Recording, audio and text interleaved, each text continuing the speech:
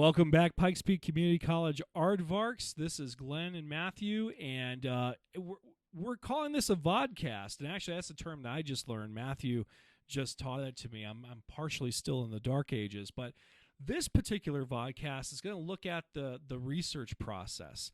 And, hey, you are looking for a topic, or, and let's talk about this for a second. Sometimes students, when you get your assignment sheets, either the professor actually has a topic or a prompt in mind, and you're responding to that prompt. If you are, unfortunately, in my class, you actually get the power of choice, which can be daunting, can't it? And so then you are trying to explore something that you are interested in relationship to the content, and some professors, right, do that as well. And nevertheless, your starting point is always the same. We talked about in Scholarly Mindset, that if you're walking into a dinner party conversation and you're in the middle of that conversation, that you might not have the context to help you understand what's going on. And you are all taking these courses that are really new to you, and you're learning new jargon words and terminology, right? And much of the conversation you don't understand is because you don't have that foundation of knowledge. And so when you see steps 2 through 6, I want you to be mindful that you can actually move through those steps in a fluid manner, right, Matthew? Not only can you, but I think it's almost necessary that you do if you're going to construct a quality research project. No, well said, because, and we're going to actually talk a little bit about in doing that today. In fact, we're going to pick up on an idea from our last vodcast, and we're going to go with the Spanish influenza, right? And so one of the things I wanted to point out about this particular webpage here is that it's not the end-all, be-all, if you will, to undergraduate research. This is just to help develop a mindset around undergraduate research. And so you can go through what we really call steps, but again, remember, you can seamlessly move back and forward between these. But how do you identify, right, that topic? Okay, well, one way is and it's kind of funny because working with Matthew over the last few years, something that I've realized is that terms change, right? And they evolve, and that's the philology of words, right? The study of how words evolve over time. And interestingly enough, I was talking to Matthew about newspapers, right? And, they're still called periodicals. And Matthew was like, well, yeah, kind of. Yeah, I mean, they are periodicals, but I think over time, people's sort of colloquial definitions start to eclipse whatever the technical definition is. And so periodical, at least for me and I think my colleagues, it calls to mind a monthly publication. Yeah, like a magazine. Or a scholarly journal. Or a scholarly journal, right?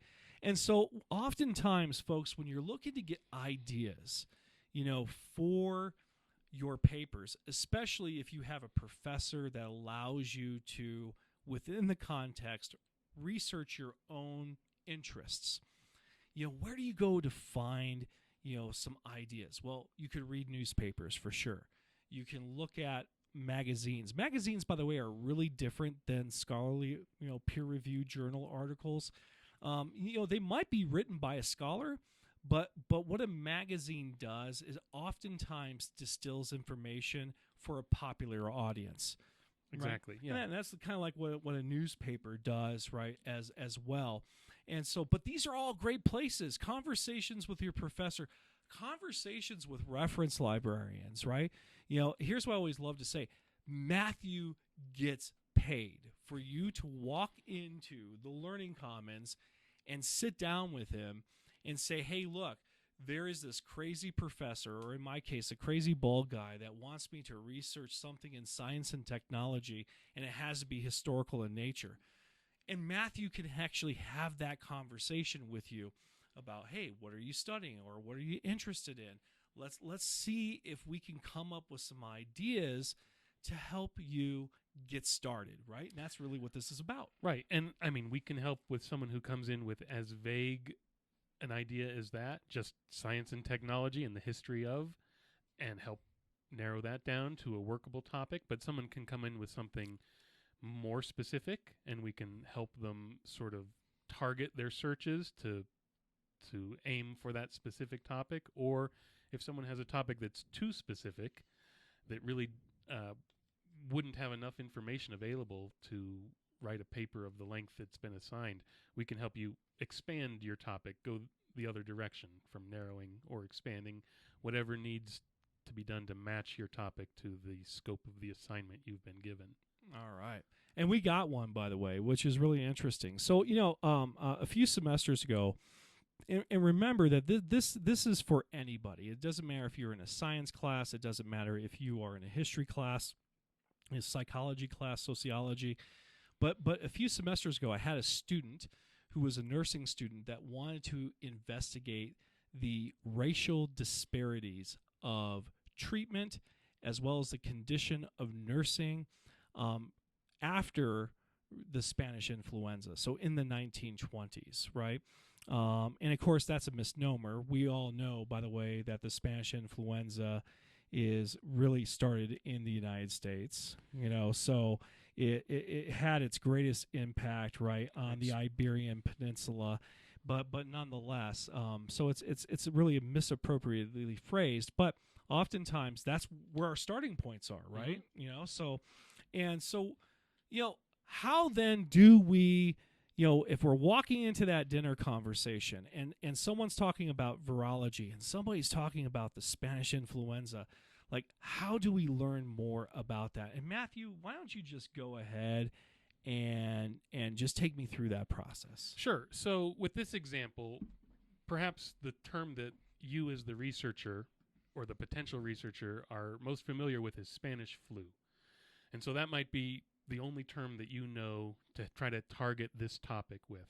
And so that would be your starting point, and I would advise that you use that search term in a place that's going to throw the largest net essentially out over the library collection.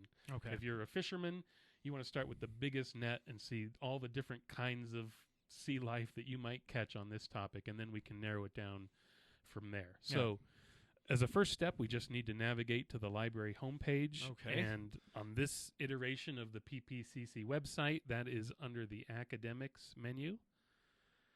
In the next iteration of our website, it will be under the Academic Resources menu. Oh, Academic Resources. There is a change coming to the website, folks.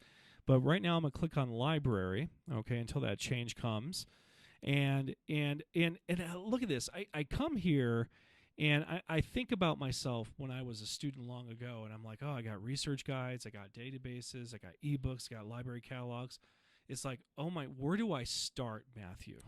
So I usually recommend that people start in this Search the Library box. Okay. This searches our entire collection from one location. So from here, you'll be searching books, ebooks, articles, videos, newspapers, everything from one location. Okay, so I put my search term in, the Spanish flu, Okay. and let's see what we get. Hopefully not the flu. All right.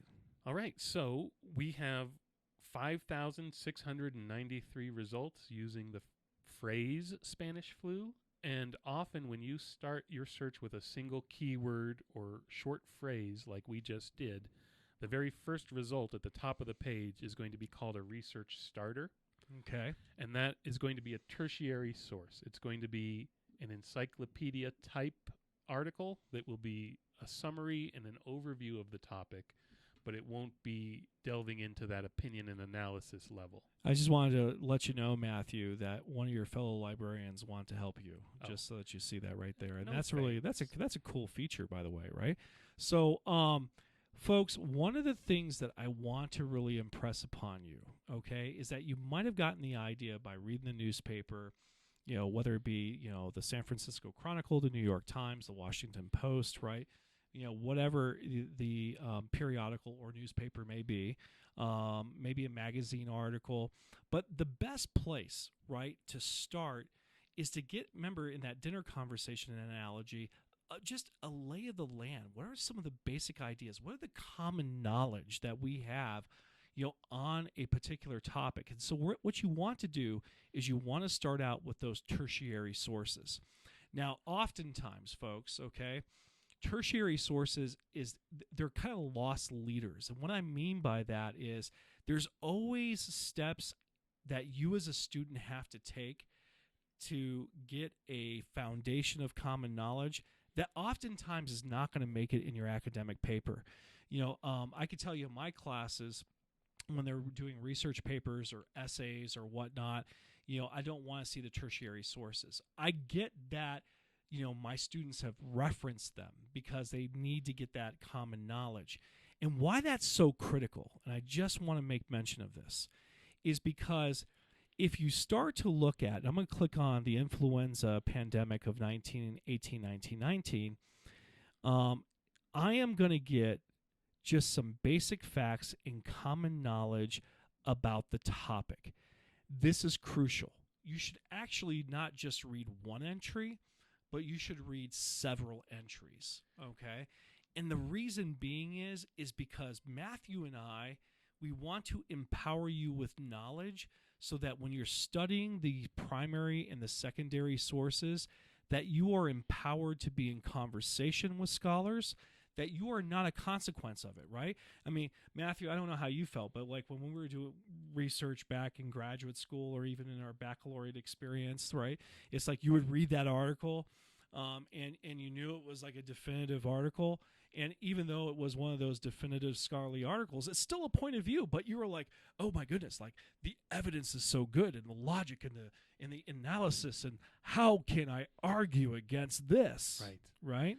And you can argue against it by drawing on the arguments of other experts in the field. Right. Who have different perspectives from that one very articulate and eloquent one that you think you couldn't alone argue against. Right. And here's hashtag facts, right?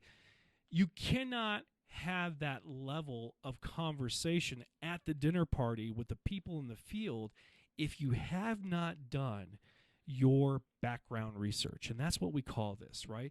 This tertiary research is background research. It is helping to empower you with common knowledge about your topic.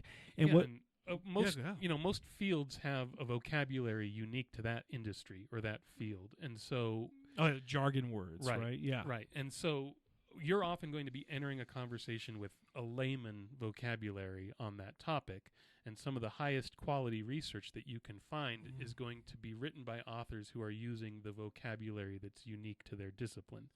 And so reading a tertiary source, an encyclopedia article, or one of these background summary overview articles can also help you start to develop the vocabulary that you're going to be using when you're searching for the scholarly articles. So, and I love that, by the way, that you brought that up, because what I start thinking about is when we don't know a definition of a word and we're reading a paragraph, oftentimes we can use contextual clues, right, to help us understand what that says, right?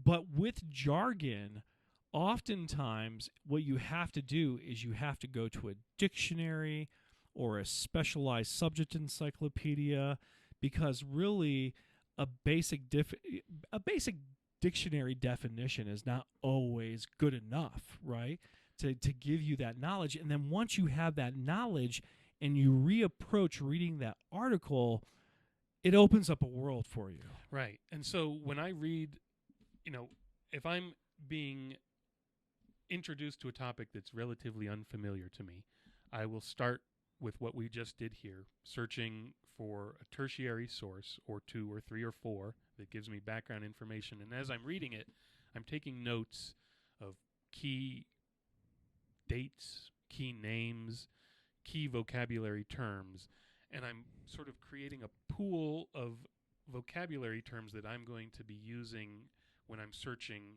for the scholarly articles later. That's right. Gives you key search terms. Like right now, we searched by using Spanish flu, but we can see influenza pandemic of 1918, 1919 is what this article is titled. And a spoiler alert, if we begin searching, we're going to find that influenza pandemic is the preferred term when professionals are discussing this topic. Right. And those preferred terms, by the way, when we find them, it's like striking gold, because then what we start to notice is that the types of material that we're getting from our searches are really more narrowed down on what we're looking for. Just a couple things to show you real quick, and I'm just going to go back, is that besides this particular encyclopedia, there is a database called Credo. In Latin literally means I believe, but nevertheless, it's common knowledge, okay, again, to help you understand, the context of any topic you are researching. And again, it doesn't have to be a historical topic. There are topics in the sciences, right, in the social sciences. And what Credo has is they have a nice little mind mapping function, which I love. And folks, I really believe that when you're doing background research, it's like watching your favorite TV show. You just don't want to know about who the main character is, right? You want to know the relationships between all the characters, right? What ties them together? What contextually is going on in the world? Or if you're doing scientific research, for instance, right, you might look at one particular experiment, but what other experiments have been conducted, right? How are scientists like in virology, pushing the field in regards to, learning about COVID-19 or vaccines, or the efficacy or the effectiveness of vaccines? I mean, so there's so much there, connections. Okay, so we have our topic, Matthew, and now one of the things I've noticed here is that after I'm doing some preliminary background research, that we have some results here, and from academic journals too. Right. Well, we didn't apply any filters on that homepage when we began this search, so we're seeing a mix of all the different types of sources that are available in our collection. And yeah, academic resources are right up there at the top, but if we keep scrolling down, we see some video results, we see some periodical results, so this would be a more of a popular magazine than a scholarly journal.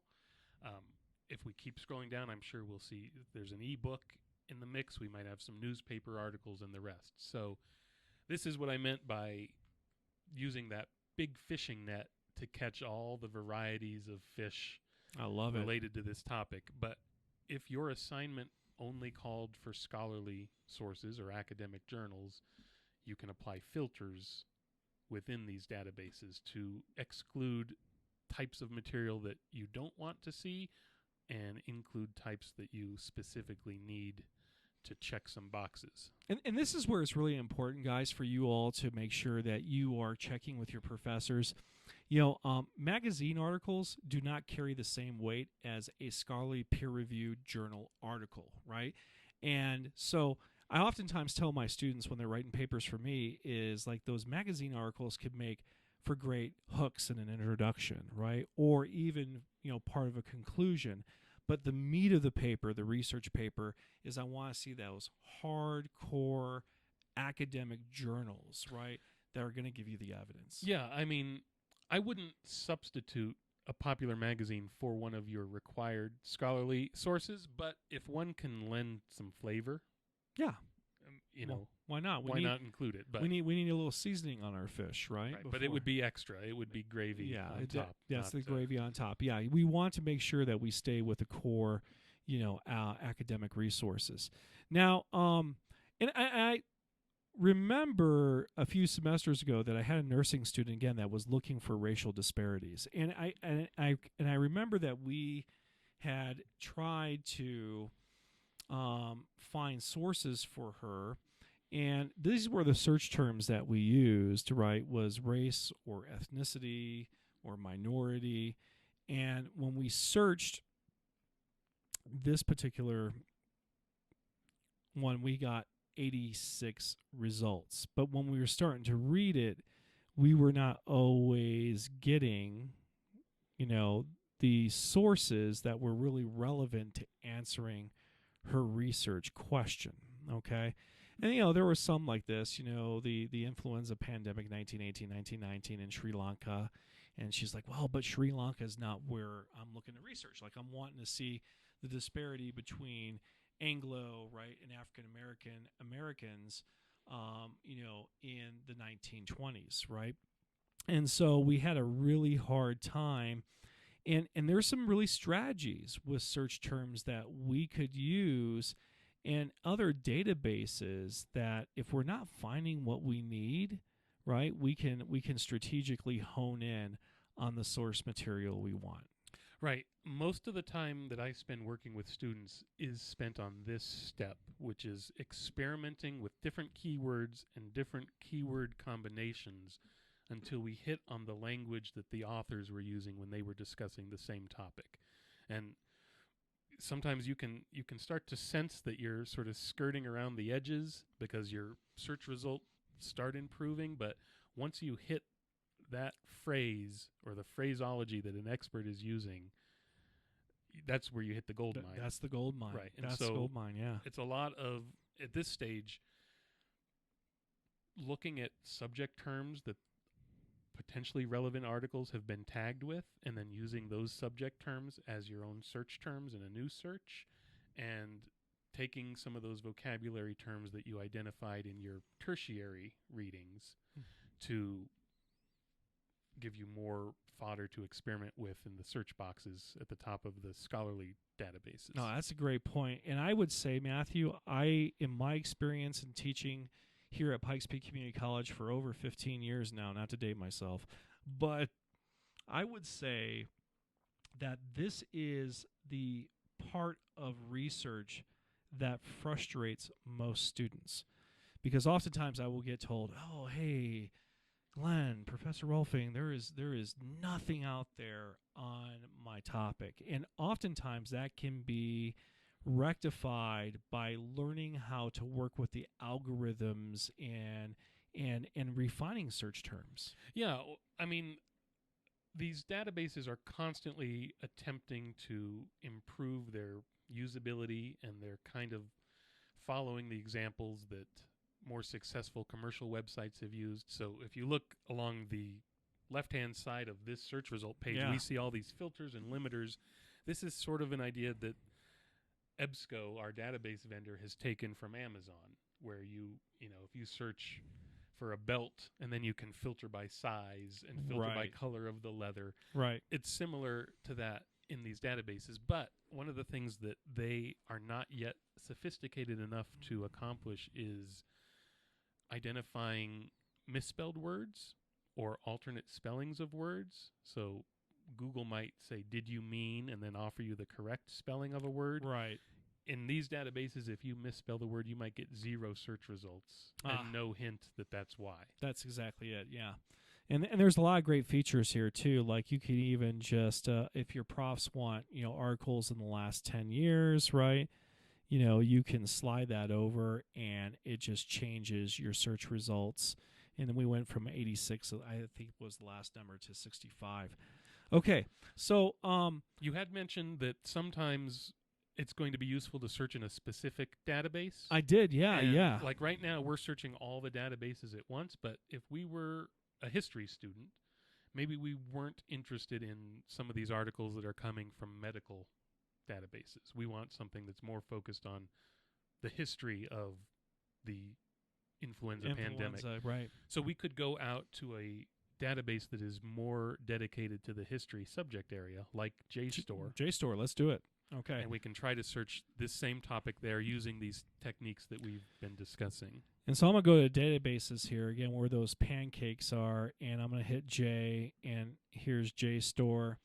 And what I love about Jstor, folks, I always like to say, use the advanced search. It just gives you a lot of options, and I'll show you this here real quick. Besides the key terms that Matthew's going to take us through, right, hey, I want to look for articles, and specifically I want to look for articles that deal with the influenza and race. And then as I'm going down, and this is why we said history course, but notice here that there is a whole bunch of different disciplines, right, that are a part of this database, okay? Science, technology, engineering, right, feminism, film study. So this really can help you in all your classes, really. Okay. And there could be a lot of going back and forth between searching one specific database and maybe you have to revise your topic or you discover some new wrinkle or some new keywords, and then you want to go back out to throw that large net and take another sampling of what else is available from other databases. So depending on your needs at the moment, you might want to be searching in a larger universe of potential results, or you might want to allow some filtering to already be done by virtue of which discipline-specific database you search in. Okay. You'll get fewer results there, but they will be more aligned with one another thematically. Well, let me go ahead and put this Spanish influenza back in here. And let's actually try just influenza. Okay. Because as we noticed, most of those articles in the EBSCO results were not tagged with the subject term Spanish flu. They were tagged with the term influenza pandemic or influenza epidemic of 1918. Well, and here's the interesting thing. We got 11,770 results. Okay. That's a lot of results to go through. It is. And so we would probably want to add some additional keywords or limiters to bring that number down to something a little more manageable and a little more focused on our specific topic. Okay, so another variable in the equation will get us closer to what we're looking for. And because I'm looking at this and I'm saying, okay, that's the U.S. Army and the influenza. It's not necessarily a bad article, but does it have to do anything with race? Relations in the 1920s, and I'm just like, okay, so let's. Some of them could, but some of them could. We're having to sort of. I don't have time to search through all these. Well, let's let the robots do it for us. Okay, then. Let's let the algorithm help us. And so, let's start out with race. That other one that we saw was ethnicity, right? Yeah, and I'll tell you, it is better if you use the word "or" instead of a comma here. Thank you. Ethnicity. Because what we're basically telling the database here is that we want all of the articles that include the subject term influenza, and then any article that also includes one of those three terms. It doesn't have to be all three of them, but one of the three. So we're using the AND Boolean operator to connect those two search fields. Okay. But the second search field, we're using the OR operator to connect the terms. This is something that I'd be happy to discuss as its own standalone topic at some point. Yeah, how algorithms work. Searches, right. Yeah, that makes sense. Okay, so we got the articles, and sometimes I like selecting these if I've casted a large net, but I think it's always good, as you were telling me before, Matthew, to just go ahead and submit your search. It's sometimes easier to narrow down from a large pool of results than it is to go from a small pool to a larger one. Yeah. So in this case, we're going to narrow down from 11,000 to 137 by including those additional keywords. That's better. It is better. That's definitely better. So disparities in healthcare by race, ethnicity, and language amongst the insured, right? Findings from a national sample. Okay, that may not be necessarily completely related. Right. What else here? Self-reported racial discrimination in healthcare and diabetes outcomes. So we're starting to get. I feel like we're starting to get closer.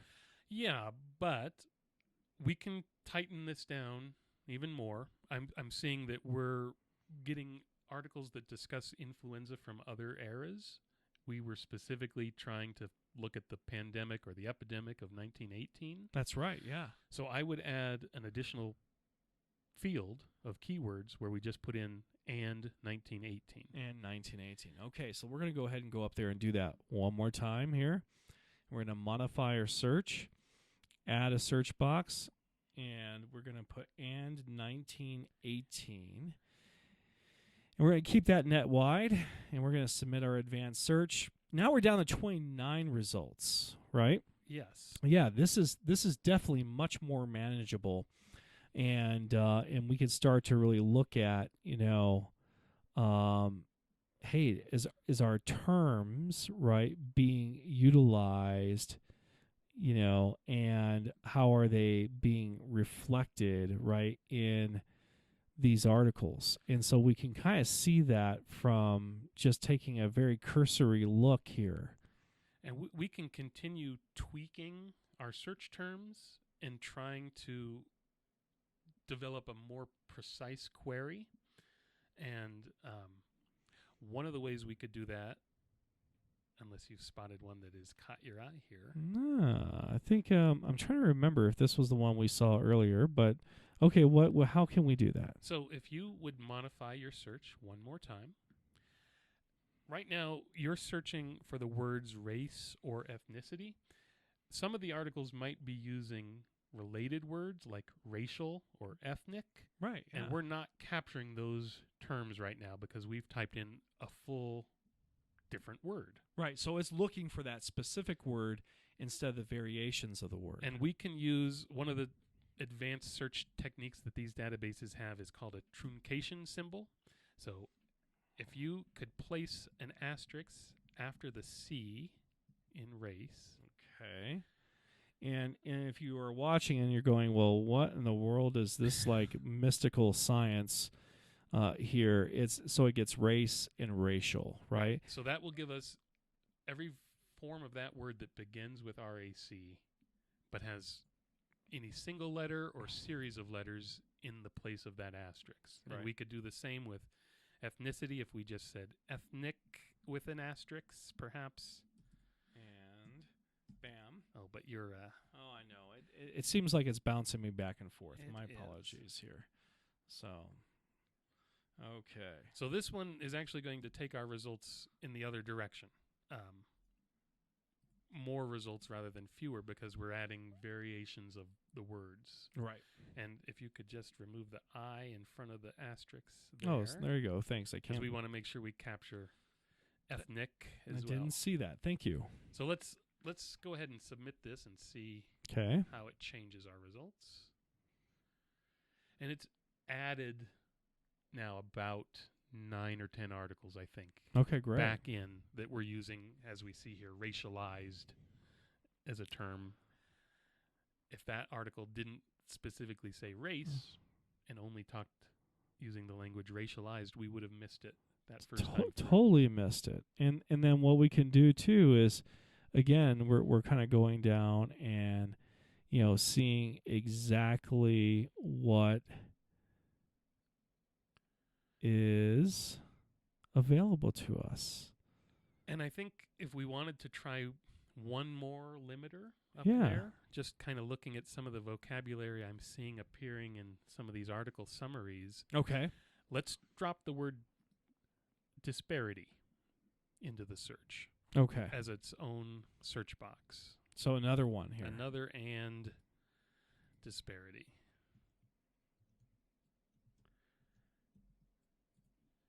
And of course, we could have done something like disparate asterisks as well. But and there's also disparities. Right. So maybe we should. Maybe we should go ahead and put the magical asterisk there and then submit another advanced search.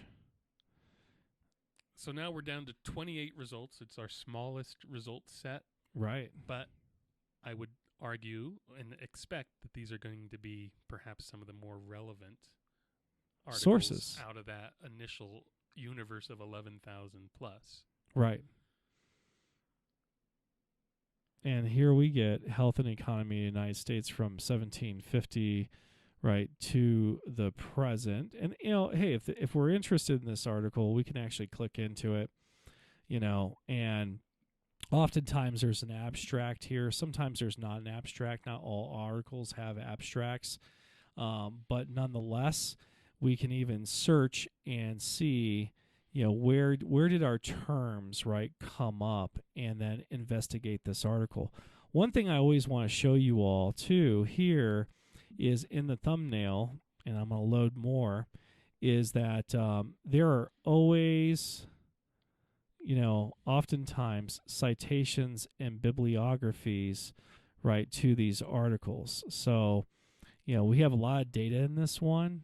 which is really cool because data is definitely primary source material, especially if you're looking at it from a scientific perspective, right? But also that statistics can be important for historical evidence or sociological evidence. And where I wanted to take you was, the bibliography. Folks, if you find an article where you struck gold, right? Look at their bibliographies. Look at what other books and articles are out there to help you answer whatever research question that you might have when you're conducting your research.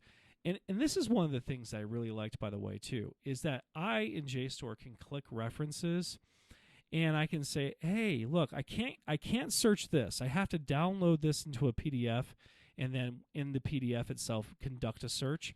But right here in Jstor, I can do a Control F or Command F if you're in a Mac, and I can type in the word, right, influenza, and then I can start to see, like, look, there's more articles, that is about the influenza error, right? Or I could put in racial disparities, or I can start to put in key search terms just to search the bibliography, because this is a pretty large bibliography in this article. Yeah, and the mere existence of a bibliography at the end of an article is going to be an indicator that it's a well-researched article. Obviously, if you can trace their claims back to evidence or data or sources, you'll have more reason to think it's a credible article that you were looking at in the first place. And so, in addition to being a marker of credibility, it's a great trove of additional resources. Yeah. You can sometimes, you'll notice if you're reading through the works cited section of an article, then you go to a third article, a fourth article, second article on that topic, and you see the same source cited by all 4 or 5 of those articles. So you better get that source. You better get that source, because that's probably going to be a seminal work in that field. And the tertiary sources, the encyclopedia articles, they have works cited pages as well. Right. And so that's another way that you can begin by searching a tertiary source and be led directly to a quality secondary or primary source, right, by seeing what they cited. Yeah, I like to call it bibliographic surfing, because you're just catching the wave. You're kind of looking through these bibliographies, and you're just starting to gather source material where it's gonna be really helpful for you in your paper. Now, one of the things I do want to talk to you all guys about before I actually do that, you can download all of your articles in PDF format and take them with you. It's just an amazing service to have. And but one of the things I want to talk about was, folks, look, you can get caught in the research trap. And what I mean is, it's kind of like Alice in Wonderland, right? You kind of constantly go down a rabbit hole, and then you find yourself just overwhelmed with the amount of material that you have. And so, just remember that oftentimes your professors have a source limit, right? And you always want to use the best sources that answer your question, that give you the best set of evidence, right? That's going to help highlight whatever conclusion or perspective you've come to after researching. And at some point in time, it's like the Nike School of Writing. You just have to stop and write what you've discovered. Right, and that's why it's helpful to be able to go back through those earlier steps where you're developing a hypothesis, where you're formulating a thesis and research questions, because as you research, you might see that there isn't actually enough available to answer this question, or perhaps there's too much available to answer this question in a 5-page paper. Right. And so as you research, you go back and revise what your goal for that research project is. And that reminds me, too, and that brings us back to a point that we made in the first vodcast, and what we should also make here is that, you might see those steps. And if you look at undergraduate research websites at colleges and universities, they will always have either, kind of like the steps put into a circular cycle of life, if you will, right? And the bottom line is that, after you evaluate your source material, you might change your question a little bit, which demands you to go back and use the databases to find new source material. Okay. And you had mentioned that some cases you'll have a limit to how many sources you can have, so you really want to be featuring the best sources. That's right. Yeah. If you identify what you think is going to be a really great source and we don't have it in our library collection, maybe you're looking through a reference list at the back of an article and see what looks like, hey, the title of that book is basically my topic. I want that book, but it's not in this collection. How do I get it? Our library has lending agreements with other libraries all around the world, and we can get those books and articles for you for free.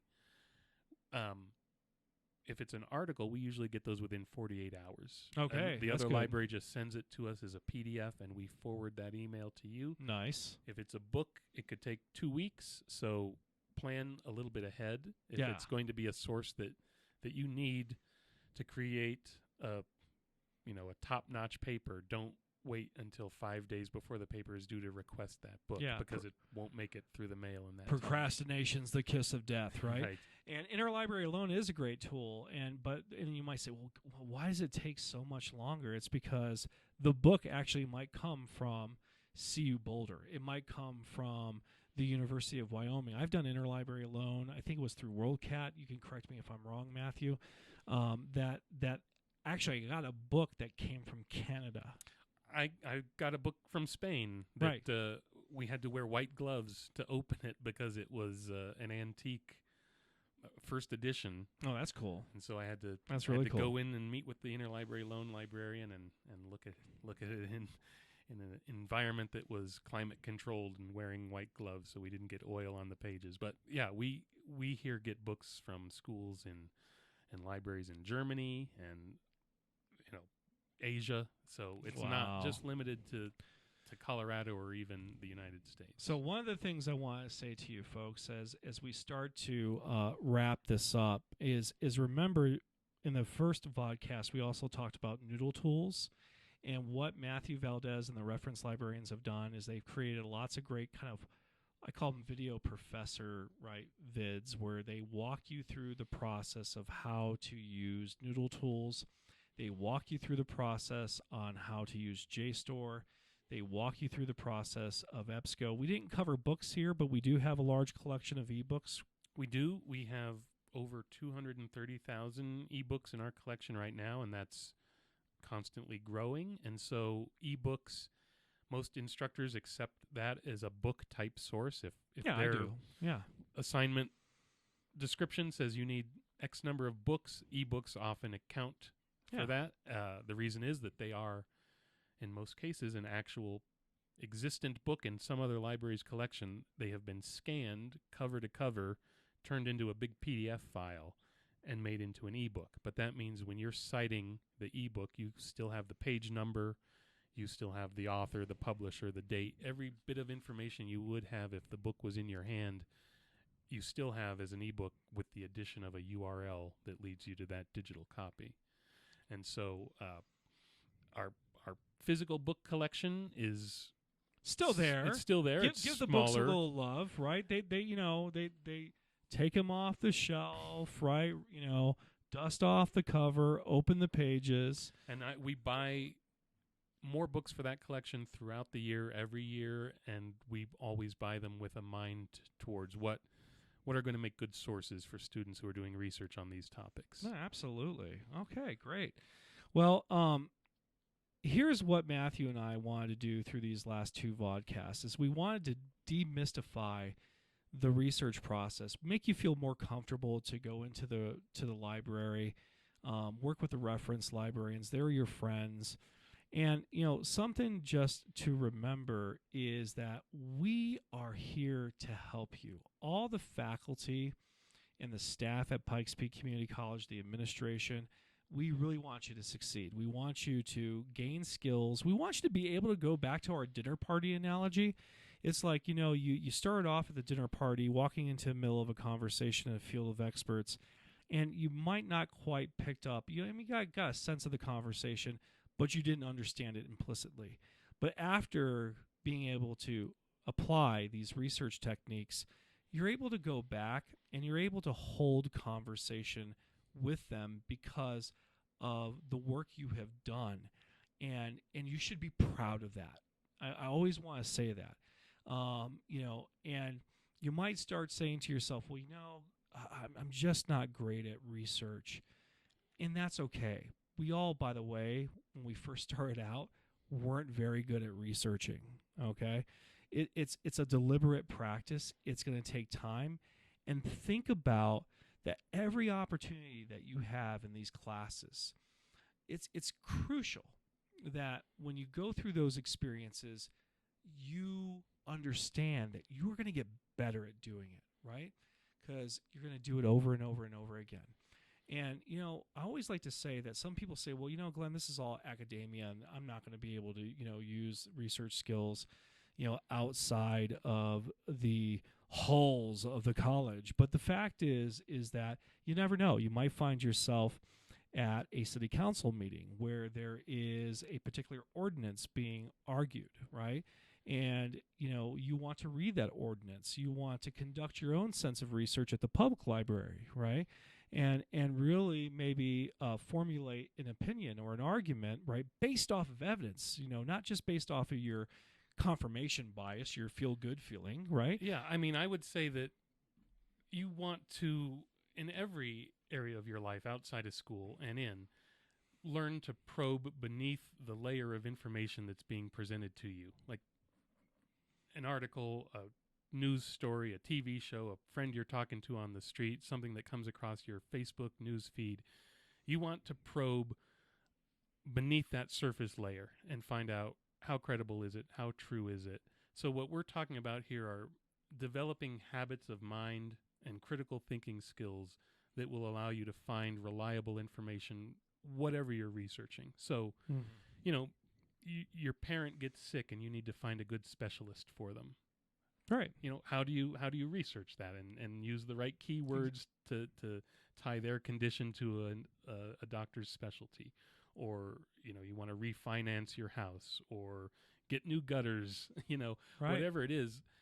You learn about the stock market. Yeah, and you want to be able to do some evaluating of the quality of the sources you're looking at so that you're not blindly following some one person who tells you what it is. You have the tools in your toolbox to find additional sources and sort of answer questions on your own. Right. Verify claims that are being made and empower yourself. Right. So these are habits of mind for information literacy, for media literacy that we fully expect you to find value in outside of the classroom and after you've graduated for the rest of your life. Absolutely.